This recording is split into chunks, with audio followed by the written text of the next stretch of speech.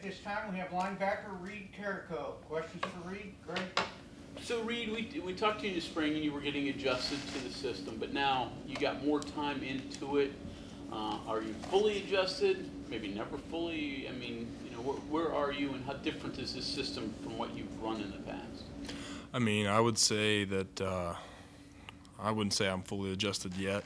I mean, we're still going through some installs, and that's why this fall camp has been so pivotal, is to get everybody ready to go, all the calls in, all the different plays and everything like that. So not fully adjusted yet, but working our way there for sure. What's the hardest part of it? Is it knowing your assignment? You got to know everybody's assignment and alignment, I guess. So is that hard? Yeah, I mean, as a linebacker, you got to know a little bit about what everybody does, if not all of it. It's kind of a complementary deal, like Coach Alley's scheme is it can be a lot if you don't study. Obviously, linebackers study all the time, but you do Alley's scheme along with Coach Rod's tempo at the same time. There's a lot of moving pieces there, and it's moving really fast. So if you're not on top of your game and you don't study a little bit at night for that little amount of time that you have at your own place, then you'll get left behind. So throw in all the new players. I mean, add that element to it. What's it like when you got all these things happening and a bunch of new guys around you? Well, I mean, it can be a little bit tough, like maybe for the first couple practices, but after you get everybody rolling out there together and everything like that, everything starts kind of smoothing out. But something I'd say to newer players and guys that weren't here in the spring is they got to study a lot too. Everybody has to study a lot and be on top of their games, because if they're a little bit behind and say this guy is maybe ahead or really on top of his game, then there's always some miscommunication, and then what happens when that goes down? Big play. So as long as everybody is studying and knows how to communicate and everything out there, then it's usually all good. 15 practices last spring, and you've got about 8 now, so you've got about 23 practices in this defense. What have you learned from the first practice to the 23rd practice? Oh man, you learn something every day, really. I mean, going against the same offense every day, you picked up tendencies, obviously. So that obviously helps, along with, if you have some sort of an understanding of situational football, what plays you're going to get. And so, I mean, that's what I'd say is the most that I've gotten out of it. Last thing here, this is probably, the third different defense you played in college football, right? Fourth. Fourth? It's the fourth, yes, sir. Okay, so how do you separate all those and take the things that they wanted you to do in those, and maybe they apply, maybe they don't? How do you separate all that? Well, first, most of it's terminology. Okay. From a fundamental standpoint, it's like there's only so many ways you can run cover 3 or man-to-man coverage, and then at that point it's just all fundamentals, and learning the way that Coach Alley wants to do it rather than what I've been taught in the past. I mean, there's certain little pieces, that you can keep, like as far as, maybe where you put your eyes in man coverage, things like that. Steps are steps, right? Leverage is leverage, yeah, right? Yeah, it's there's some carryover there, but the main thing is terminology and learning what he calls this route and, this pass play, that sort of thing. Is it intuitive? Does it make sense what he's calling? When you see, usually if they call bingo, you know what I mean, or whatever the phrase is. Yeah, people that watch football and grew up playing football, smash is the slot runs 7 cut and there's a hitch on the outside. That's kind of universal. There's always some universal stuff in football. So yeah. Have you gotten used to going against the tempo, or do you ever really get used to that? I think I've adjusted pretty well to it.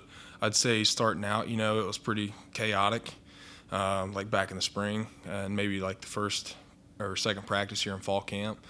But, as long as you're sprinting to the ball and sprinting to get lined up and you got your eyes on the sideline, and then you'll be fine as long as you know your stuff. guys are pretty similar in size, both transferred here after spending the first few years elsewhere. What might he be able to bring to this defense? Just older guy, veteran, played a lot of snaps, and high IQ guy, studies a lot, and like he's one of the leaders on defense. Like as he should be. He's in year 5 or year 6, so I'm in year 5 too, having 2 older guys that have played in different schemes and everything like that. Like it's definitely beneficial to the defense. He's a good communicator, that sort of thing. When the staff Good player. changed over and you found out that Zach was going to run the defense, how long did it take before you realized that, yeah, this fits what I do, this fits who I am as a football player, I fit what this defense does? Oh, I think something that's really cool about Coach Alley's scheme is there's certain calls that benefit the linebackers. There's certain calls, stunts that benefit the D-line. There's a call in the defense that will like set every position up to make a play. And, when you understand, like, for instance, say it's a corner blitz, it's like as a will linebacker, you might be like, okay, well, I got to protect the corner here to the flat because he's blitzing, and that's the hot throw, just like that. And, see the shoe on the other foot, like if the linebacker's blitzing, then the safety might know that he's got to get down the box a little bit quicker, you know what I mean, to protect a little hot throw, check down, whatever, So Coach Alley's scheme is it's very multiple, and, that's kind of one of the things that I'm excited for, it'd be I could see how it could be very, very hard to prepare for as the opposing offensive coordinator. Sounds like linebackers got to know their stuff. Yeah. Oh, yeah. Yeah. Reid, what's it like at this stage of your career to feel like you're starting over again? In a new. I mean, I did it last year too. So, I mean, it is what it is. I think it's kind of part of the game. You got to be able to adjust if you wanna play this game for a long time. Like how many NFL guys play 5-6 years in the league, and it's 5 or 6 different teams every time. So I just kind of looked at it as a challenge. So you just got to rise to the occasion. Does it slow your, not desire, but your chances to move forward at all, or from here? No, I don't think so. I mean, I don't think so. I mean, if you're making the plays and you're doing everything right off the field, taking care of yourself and everything like that, staying healthy, doing everything to the best of your ability, I mean, I don't think that it limits your chances at all. Things that made you come here when you decided to transfer from Ohio State to West Virginia, do they now apply? Is it completely different? Different scheme, different coaching staff. I mean, it's the same place, but do all those things that you thought about that I wanted to do as a college player, does it still apply to you now? I mean, yeah, 100%. Like I think everybody has personal goals, right?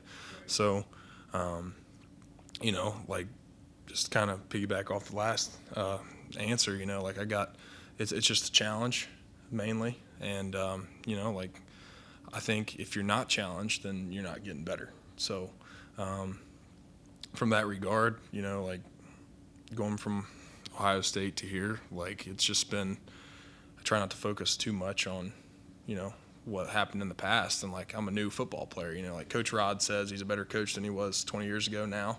It's like, I would like to say that I'm a better football player than I was when I was a true freshman, 18 years old, and didn't know what I was looking at, so.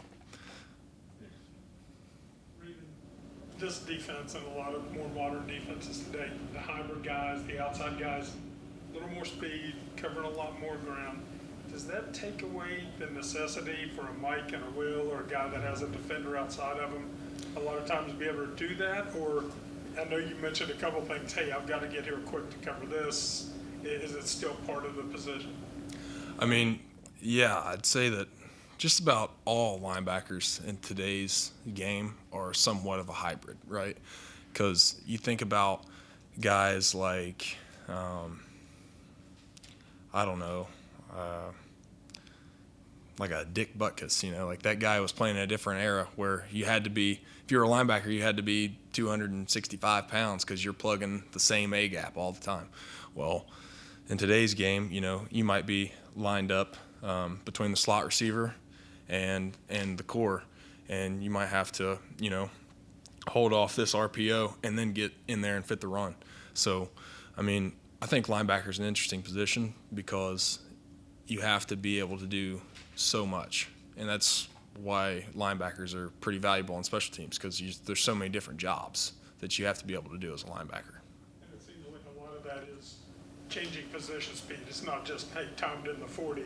It's making your cut, doing a drop here, angle here. Oh, yeah. You gotta be quick doing that too. Yeah, change of direction's obviously like worth its weight in gold in today's game, and you know, obviously running your top speed is too. So, yeah, like you got to be able to raise your hips a little bit, run, and then you got to be able to sink your hips on a dime, change direction, all that stuff. Like it can be pretty challenging at times, depending on what your job is. Okay, thank you very much. Thanks, guys.